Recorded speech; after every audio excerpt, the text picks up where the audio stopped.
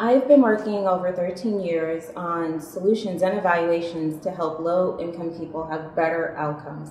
And what I've learned over this time is that it's important to consider the lifespan of an individual for both the early period as well as later periods.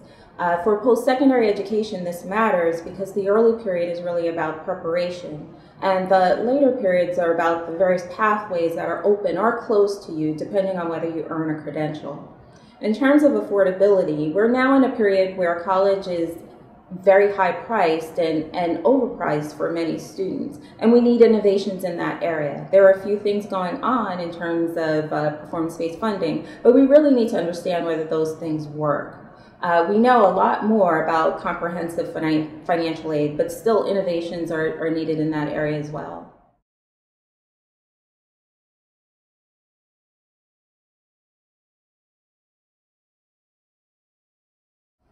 MDRC has done a random assignment evaluation of performance-based scholarships at several community colleges across several states.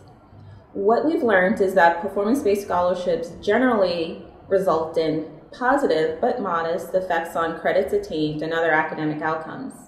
We also know that performance-based scholarships work for a variety of student types. In addition, performance-based scholarships are an innovation that can be used with existing funds.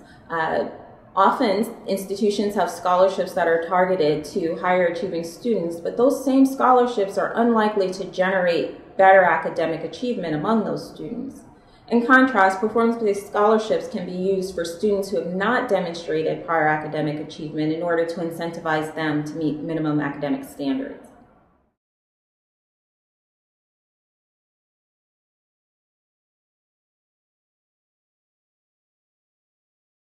I would encourage educators and policymakers to innovate and study.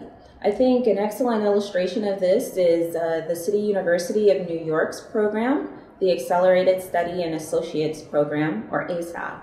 This program was an innovation that pulled together several components of interventions that had been studied previously, but in such a way that they're comprehensive and really bundled for students.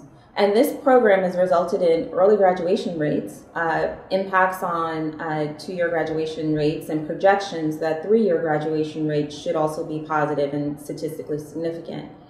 I think this is an important illustration of leadership as well. Not only did CUNY develop the program, but they studied it through quasi-experimental methods, as well as working with MDRC on experimental evaluation. It takes real leadership to innovate, but yet be willing to tweak depending on the results of an evaluation, or completely disband a program if it's shown not to work.